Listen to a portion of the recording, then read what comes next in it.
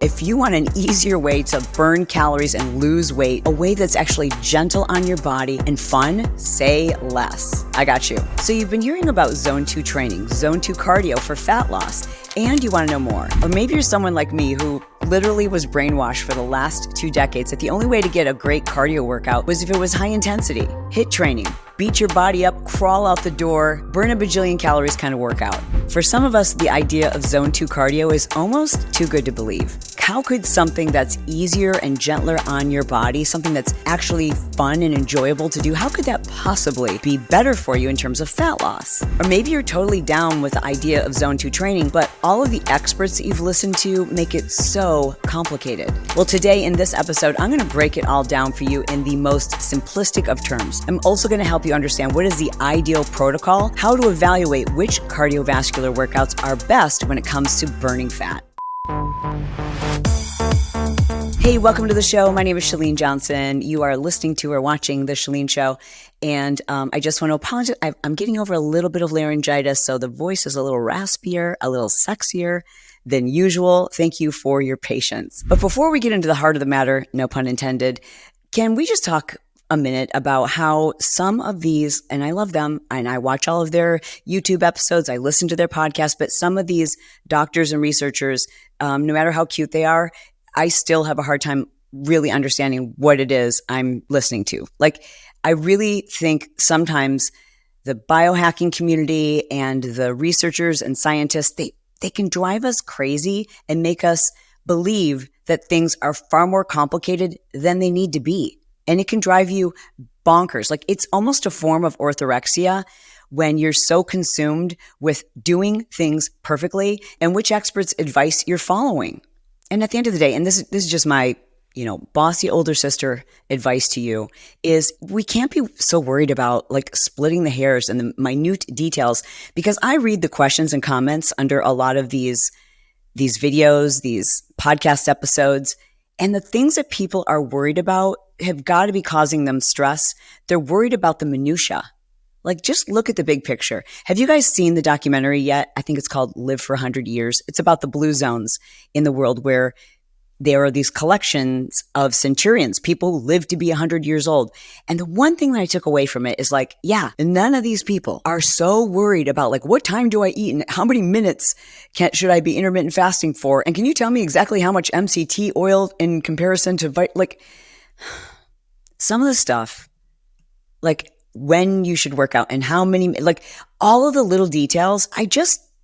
The more I understand about my own health and fitness as I'm aging, the more I realize like, you got to stop worrying about like the minutia.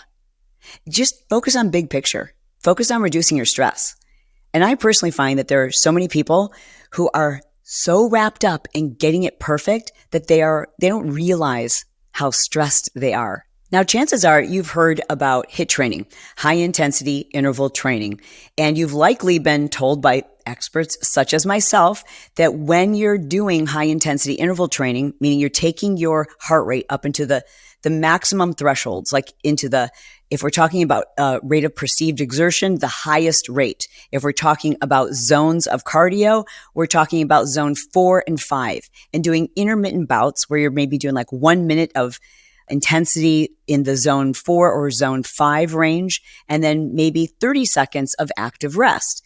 And for many of us, myself included, we believed for years that the only way to get an effective workout the only workout that was even worth the effort was to go all out, to go all in, to like almost take yourself to the point where of exhaustion, where you had to psych yourself up to go that hard. Your body had to be in the right condition. Your mental spirit had to be in the right condition. Like all of the conditions had to be perfect in order for you to go that hard. And let's face it, when you're working at near maximum rates, it's hard mentally, it's hard physically, and it's not something that you can do on back-to-back days. Like, it does require a lot of rest. But there came this time, and I'm sure some of you can relate to this, where like HIIT workouts and even Tabatas, everything started becoming a HIIT workout or a Tabata. And then like just doing 4 minutes of something at super high intensity wasn't enough. It's like, okay, so what if we did a super mega maximum Tabata? What if we did HIIT training for an hour, which like isn't even HIIT training? Basically what that is all of us misinterpreting what it truly means to do HIIT training. And we were just basically working in a constant state of zone 4. All right, so let's talk about the zones before we go much further. You probably remember seeing a chart like this in the back of a group exercise class, or I don't know, maybe you saw it someplace online. If you're someone who goes to the gym, you've probably seen it hanging on the wall. So let's go through it. Zone 1. Zone 1 is activity like walking. It's basically what you're doing when you're warming up or should be warming up.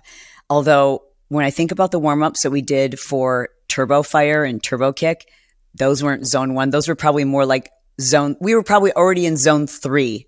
I'm not even joking when we were warming up. Okay, so back to zone 1. Zone 1 is where you're working at like about 40 or 50% of your functional capacity in terms of your heart rate. It's something that's considered very light. Zone 2, which is what we're talking about today, is when you're training cardiovascularly at a rate of about 50 to 60% of your maximum. Okay. So what is considered zone 2 cardio? I'm going to share with you different forms of zone 2 cardio that you're going to love in this episode. But generally speaking, right, for our purposes right now, if we're comparing this from walking to sprinting, zone 2 is where we're at a brisk walk. Maybe even, some people might even consider it moderate to brisk. Zone 3, however, is where we're working in the 60 to 70% of our maximum capacity. This would be maybe a light jog or a really fast walk. I mean, where you're huffing and puffing. Okay. Zone 4 is when you're working at 70 to 85% of your functional capacity. Now we're talking, you're running pretty fast. Like you're trying to stay on pace. You're running. It's hard. You would describe the activity as hard. You could no longer carry on a conversation. You have to concentrate to be able to maintain that level or that speed. So this is typically what people are doing when they're training, for example, and trying to get a specific time for like a marathon or a half marathon or even a 5K. Moving into zone 5. Zone 5 is when you are at 85 to 100% of your maximum capacity. So you would describe this type of workout as like, it's your max. You are going for broke. It's not something you could sustain for a certain number of minutes. Like it's something that you would have to do in short bouts. So think sprinting. So on the continuum of warming up, walking, running fast. When we're in zone 5, we're sprinting. But let's get back to zone 2. So what are some examples aside from walking at a brisk pace of zone 2 activities? These would be activities that are designed for endurance. They're things that you could do for a pretty long period of time, at least 30 minutes. So whatever that is for you. So, and I think this is important to mention. What zone 2 looks like for me might be a lot slower for somebody who's just getting into fitness and doesn't have aerobic capacity. They might be walking a lot slower, or someone who's carrying a lot more weight, or even just wearing a weight vest. These things are you can't look at someone and go, oh, that's zone 2 cardio. It's really about your own perceived rate of exertion, or more specifically, monitoring your heart rate. But as I said, I'm not a fan of getting so caught up in the little teeny tiny details that it becomes a deterrent for you. I love for this stuff to be basic, to be simple, like anyone can do it. We have to overthink it. So I love using the scale that's known as the perceived rate of exertion. And basically this is just on a scale of 1 to 10. How do you feel? And if you want to be in zone 2, you want to be somewhere in the 4 to 5, maybe even 3, 4, 5 range, and not exceeding that. You should be able to feel like, okay, I'm getting a good workout, but I could also have a full-blown conversation. That's zone 2. So examples of exercise that fall into the zone 2 category might be, well, of course, obviously walking, swimming at a moderate pace. Although for me, I think swimming would take me way out of zone 2 because I don't swim. So I'm not conditioned to do that. My heart rate goes through the roof when I'm swimming, which I should probably do some more swimming. I just don't like being cold. And also I don't like getting wet because everything is water soluble. Like all of this just melts away. I'm melting. Yeah, I don't like getting wet. Other examples might be a really light jog. For me, not a fan of jogging anymore. Don't like the pounding on my joints. We're going to talk more about that later. Cycling. You could do a cycling class. But again, if you're taking Jess King's Peloton class, that ain't zone 2. Although I guess you could do it In zone 2, you would just have to make sure that you were never taking yourself to that threshold where you're going beyond zone 2, right? Where you're carefully considering, okay, in terms of like, how do I feel?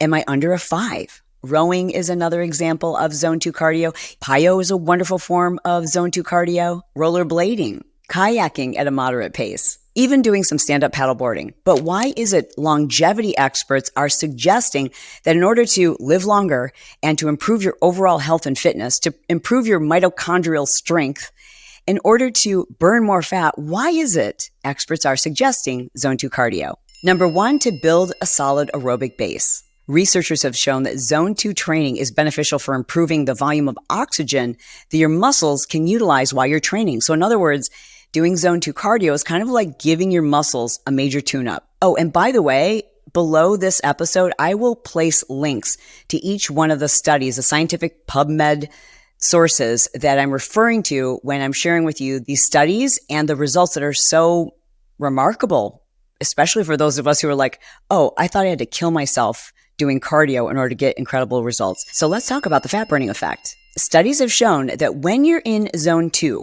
versus the higher thresholds versus the zone 3, zone 4, zone 5, the body is more likely to use fat stores for energy.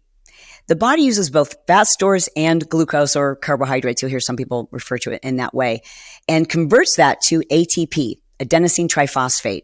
But when we're in zone 2 for a longer duration, when we're working, in terms of endurance, like a 30 to 90 minute workout at that moderate pace where you can enjoy yourself and have a lovely conversation and actually not feel beat up the next day, the body dips into fat stores. And that's exciting. I love zone 2 cardio because let's face it, it's a million times easier on your body. Doing higher intensity training often involves higher impact. Now, not always. Certainly, there are workouts, including Turbo Fire Low Impact, which was a low impact but high intensity workout. But it still takes a toll on your body. It takes a toll on your joints because you have to exert maximum amount of energy at all times in order to stay in those higher zones. A study published in Medicine and Science in Sports and Exercise confirms that lower intensity workouts also have lower injury rates. And I don't know about you, but I want to be able to do this forever. Like 25 years from now, I don't want to risk having the injuries that I used to constantly be dealing with when my workouts were all in those higher zones. The goal of this show is to help you live a better life, to help you age in a way that allows you to feel your best, to age in reverse. You know what I mean? Like aging is such a cool thing because you just get so much smarter about this stuff. And also hearing research like this, about when I learned about the oxidative stress that I was placing my body under by doing those intense workouts, I was convinced, okay, I'm taking years off my life by doing this intense hard cardio. No offense, but if you want to live to be 100 years old, you got to think about what you're doing to your body. Does it really make sense to do a 100-mile marathon or literally the things that people are doing in the name of health and fitness? I just think you got to ask yourself, is this really healthy? Does this really make sense? So what is oxidative stress? Oxidative stress occurs when there's an imbalance between free radical activity and antioxidant activity in your body. And studies show that prolonged, intense exercise leads to cellular damage. On the flip side, zone 2 exercise has been shown to produce much fewer free radicals. So your body gets this incredible workout without the oxidative smackdown and you burn more fat. Sign me up. Okay, and while we're talking about living longer, being healthier in general, we have to talk about mitochondria. Okay, so let's go back to high school science. Do you remember learning about mitochondria? You probably do, because some brilliant teacher at some point, or scientist, labeled mitochondria as the powerhouse of the cell. And I bet you never forgot that. I know I never forgot that, but I really didn't understand. I memorized that, but I didn't really understand, what does that even mean? Well, if you think about the powerhouse of your cell, and what we are as a collection of cells, and we want the powerhouse to be very strong, the mitochondria, well, then you would think we would focus on activities that boost the mitochondria. And guess what zone 2 does? Yeah, it boosts your mitochondria. How does that benefit us other than helping us to live longer? Well, because zone 2 cardio improves our mitochondrial function, it therefore improves our metabolic rate. It improves our metabolic efficiency, meaning when the powerhouses are all juiced up, they're better able to use fuel, such as fat, as energy. And here's how this works. The fats are broken down into fatty acids, and those fatty acids are transported into the mitochondria. They fuel the mitochondria. The mitochondria is then converted into ATP, adenosine triphosphate. I just like saying that because I learned how to say it like 20 years ago, and I love whipping it out because it makes me sound super smart. ATP, adenosine triphosphate. Say it with me. Adenosine triphosphate. See? Now you can say it too. Instead of saying, my energy feels low today, you should say, you know what? My adenosine triphosphate feels a little off today. Just do it. Practice it. Adenosine triphosphate. Pull it out. People are going to be like, dang, she's so smart. And if you found that tip helpful, you can give me a tip right now by making sure that you're subscribed and clicking the bell. That would be like my tip. That is my tip for giving you that awesome little snippet that's going to make people be like, she was such a great conversationalist. Like she knows everything about the body. Just because you can say adenosine triphosphate.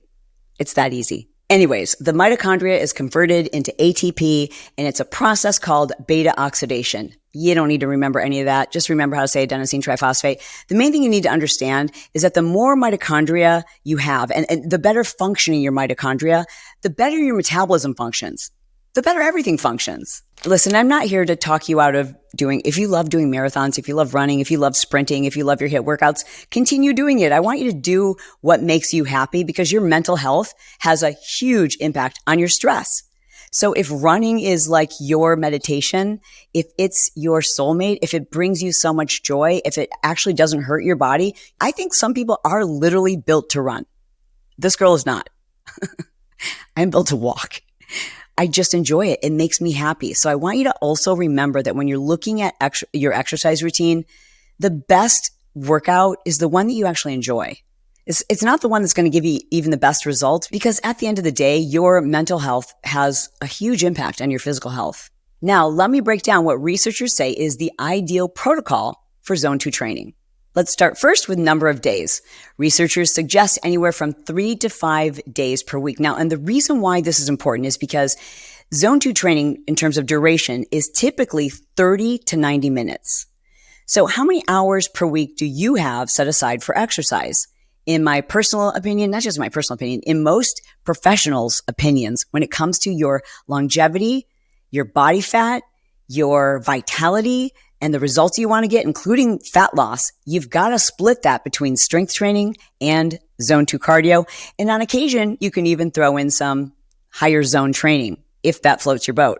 So between 3 to 5 days is ideal. That's going to give you a lot more time. Again, that gives you a way to balance your cardio with your strength training. As I mentioned, duration should be anywhere from 30 to 60 minutes. And the reason why experts say zone 2 training needs to be at least 30 minutes is because you've got to get into that place where your body is using fat. It's oxidizing fat as energy. Okay, lastly, and this is just my opinion. I've watched lots of videos and I've heard lots of experts talk about all the different ways to carefully make sure that you're not going into zone 3 and what if I slip down into zone 1? Oh no, I went to zone 4. Seriously. When we do this for our patients, we do it in 2 steps, which yields the same result. But we first calculate energy expenditure using the Weir coefficients of 3.94 times VO2 minus, or 1 plus 1 point, I think it's 1.2 times VCO2. And then we convert that to fat ox and carbohydrate oxidation using the ratio of.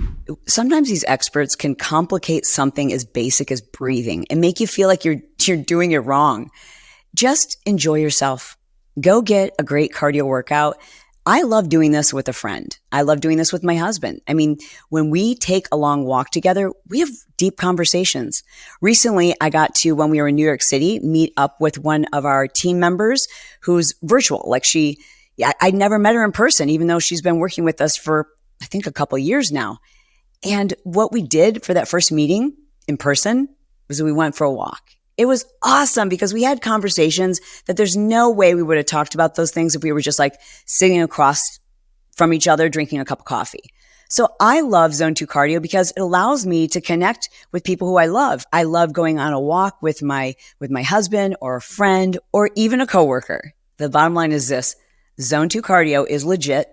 And not only is it something you should try, it's something you should be doing on a regular basis, especially if you're into longevity. If your goal is fat loss, if your goal is longevity, if your goal is to be able to do what you're doing and even do it more efficiently as you age, Zone 2 cardio is a must. By the way, if you like the fun, goofy, silly, personal stuff, you probably have noticed I'm not doing as much personal stuff about like my life as much on the podcast.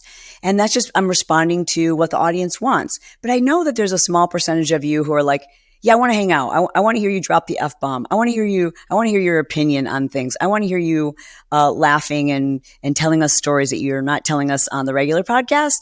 And if that's you, I would love to invite you to become a Patreon member. That's where you'll get that content.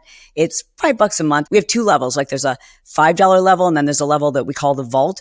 But I think with Patreon right now, when I'm recording this, they were running a special where you get to try it for free for 7 days. So you could try it out, see if it's something you like, and spend a little extra time with me. I would love it if you did that. Thanks so much for checking it out. I'll put the link to it right beneath this episode, and you can click on it right now while you're listening to this. Hey, if you've made it to this point in the episode, I just have to say thank you so much. I love you. I love your brain. I love that you're the kind of person who, like, you finish what you started. And that means a lot that you would spend your time with me. I just want to tell you how much I value the time that you take to subscribe. And I know I always joke around about hitting that notification bell and sharing this episode with a friend, but it really does mean a lot. I appreciate it. It is like a little tip jar. And every time we get a new subscriber, it's an angel gets its wings. Yeah, that's how it works. I'm pretty sure. I love you. I mean it. And I'll talk to you soon. Bye.